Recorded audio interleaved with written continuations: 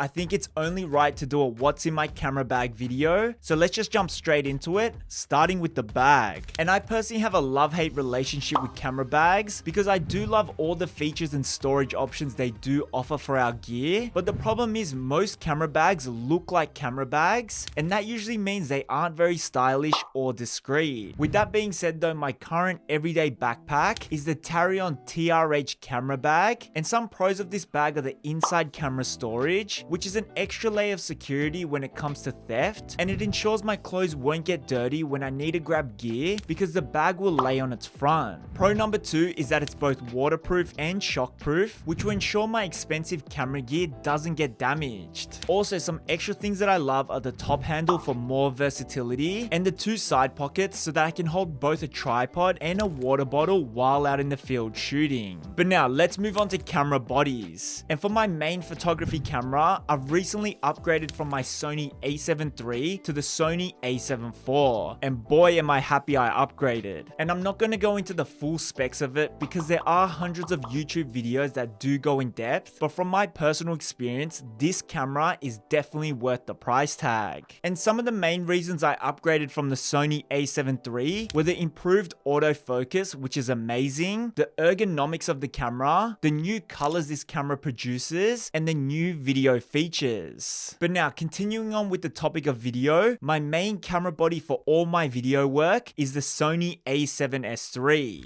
And I have this camo camera skin that I got from AlphaGuard. But now the next camera in my bag is the Sony ZV-1 pocket camera. And what turned out as a birthday gift for my girlfriend has turned into a camera that I carry all the time. Sorry babe, but honestly this camera is so dope because not only does it fit into my pocket, but the camera quality is surprisingly good. It can also shoot videos in 4K, the autofocus is super fast, and it offers a compact 24-70mm f2.8 lens. And the ZV-1 comes in clutch for those moments where I want to be a bit more discreet while shooting street photography, or when I don't have the time to change my lens on my main cameras. The only cons I have for this camera is the battery life is pretty bad, so I did have to buy a few extras, and the grip of the camera is basically non-existent, so I ended up buying this custom grip from SmallRig. But now with the cameras out the way, let's move on to the lenses. And firstly is this beast of a lens, which is the 24-70mm f2.8 G Master lens, and this is probably my most used lens because the 24-70mm focal range covers most styles of shooting, and I've been using this lens for about 4 years now. And as we can see, I have the same camo skin as my a7S III, and I personally think this looks super dope together. With that being said, if you are interested in grabbing some of these skins for yourself, you can use the code in the description below for a discount. But now the next lens I always bring with me is my 14-24mm f2.8 Sigma lens. And I actually dropped this lens recently at a shoot, and luckily only the lens hood broke and not the glass, and I personally use this lens all the time when shooting things like architecture and landscapes, and the shots you can get with this lens are super unique. Also, it's great when I'm doing video work with a gimbal because the zoom is internal, meaning that the balance of my stabilizer won't be affected at different focal ranges. But now moving on to the next lens, and that is my trusty 85mm f1.8 Sony lens. And this is one that has grew on me over time, and I'm still amazed by the quality I'm getting for a relatively cheap lens. Before actually buying this lens, I did a bunch of research on whether I should get this one or the more expensive G Master version. And most of the reviews out there said that the extra $1,500 for the G Master version were just simply not worth it. And after about 2 years of using this lens, I can confidently say that I've never felt that this lens isn't sharp enough or that I needed the extra stop of light that the G Master version offers. So with that being said, sometimes the more expensive option doesn't mean it's better for you. But now moving on to the last lens that pretty much lives in my camera bag, and that is the 55mm f1.8 Sony Zeiss lens. And this is actually the lens I've owned for the longest, and it's one that I'll probably keep forever. And the things that I personally love about this lens is firstly the size and weight of it, also that the aperture goes down to f1.8, which is great for when I'm shooting in low light, and lastly, it's so damn sharp. And I personally use this lens for portraits and street photography.